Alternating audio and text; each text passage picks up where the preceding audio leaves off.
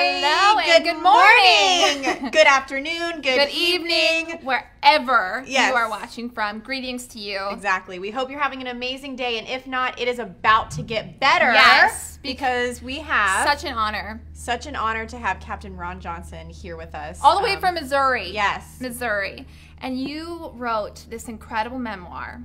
Okay, but first we want to hear a little bit about you. Would you introduce yourself to our 700 Club family and just tell them a little bit about who you are? Yeah. Captain Ron Johnson. I've been married for 30 years on August 20th. Oh, Gosh, congratulations! Yes, Oh yes. my We goodness. love to talk about marriage here.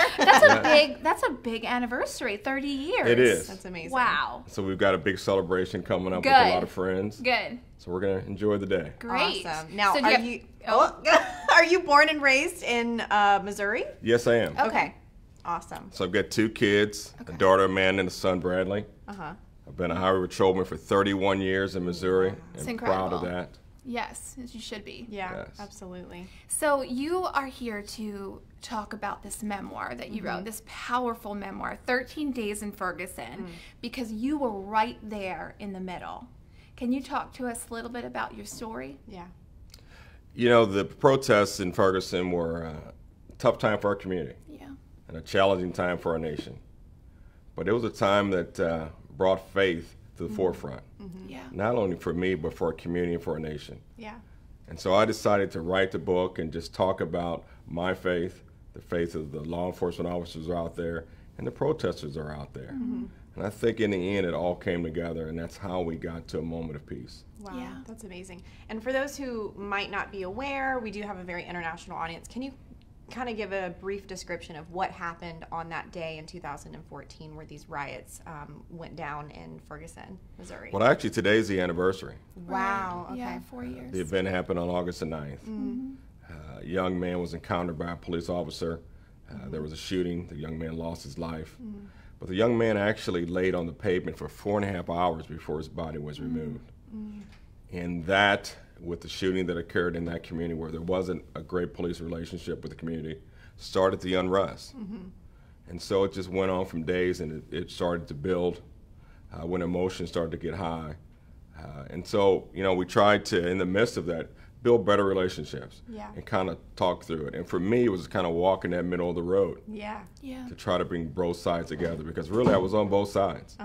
You know, I'm a policeman, I'm a man, I'm a father, I'm a part of Yeah, that community. exactly. And so just trying to balance that. And I always say that the toughest part of the road is the middle part of the road. That's good. Yeah. Yeah.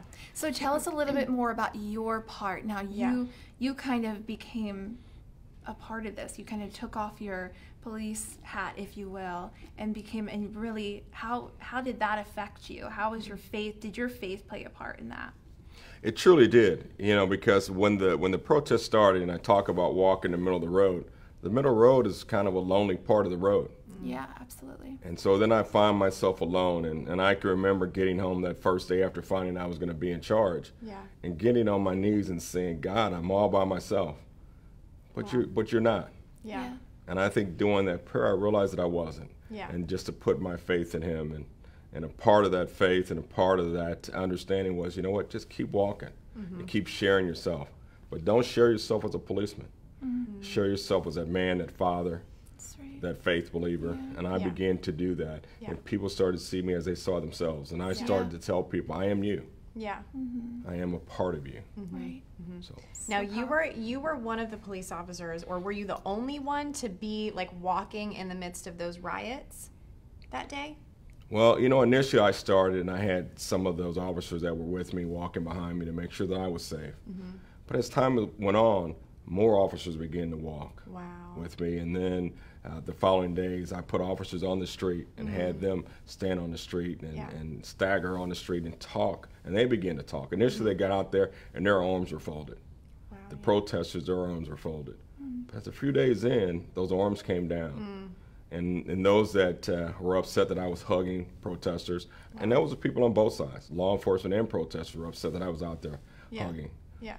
But as the days went on, they began to hug each other, and they began to embrace each other and become emotional about the situation at hand. That's Yeah. beautiful. Now, how has this affected you? I mean, moving forward from that day on, Did you have a different outlook on life? Like, what is it that you received from all of this? A deeper feeling in my faith. Yeah. I think I got to a point in my faith that I never knew that I actually had in me. And so it became a deeper faith for me. You know, I tell people that sometimes, you know, we get too tired or we get too busy to have time to pray. But this, you know, there's always that time. Yeah. Because when you're in your darkest moments, you can find time to pray. Yeah, that's right. And so when you're in your best moments, you have to do that. And I just see people in a different way. You know, I talk about humanity, and that's the buzzword that I use, that we all deserve. And that, you know, our biggest challenges are our biggest gains.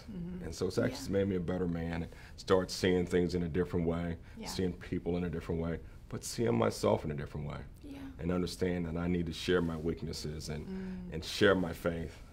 And I think doing Ferguson, people that I knew said, I didn't know you were that faithful. I know you were that deep in your faith. And sometimes we don't share that. And when we share that, people begin to see us in a whole different way. Yeah, which is really neat. Now, you wrote this memoir. How long did it take you? Like, when did you start writing this? It's been about a 2-year project. Okay. How was that process like? I'm sure you had to recall and relive it, if you will, to really get in deep and be raw and authentic in this book. I did. There was some self-pain. There were some tears that came out, but then there were some joys that came out. And I remember when I got the book from the publishing company and they had the picture on the cover. And I called my wife, but I couldn't even talk to her because I was crying and got emotional. And I told her for the first time in my life, I could look at myself and see my own pain. But I began to think, what was I thinking at that moment? Was I praying to God at that moment of that picture? Was I talking to my father and brother that are deceased? And so you look at that and say, what are you going through? Or am I thinking about something I've seen on the street that involves a protester or involves someone from law enforcement? Because a lot of tears were shed. Law enforcement officers were shedding tears.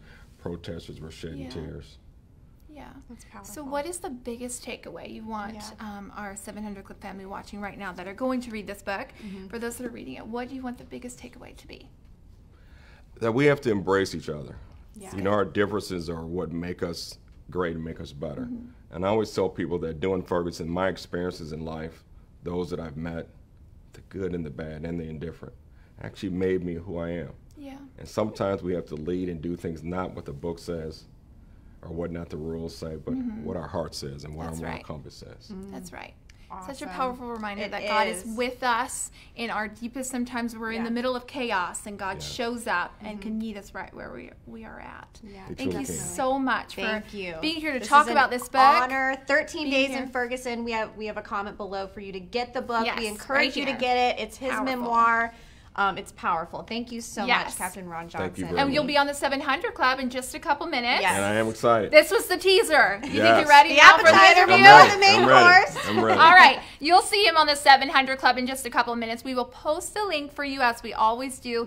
Don't go anywhere because today's interview is going to be really good. And you'll also get behind the scenes photos. That's right. And on Instagram, you'll get behind the scenes stories too. We want to make sure we cover your interview. Completely cover it for those that are really interested and really wanting to hear more about this. So thank you. Thank you again, Captain. All right. We appreciate you. And thank you guys so much for watching. Have a great day. Have a good day.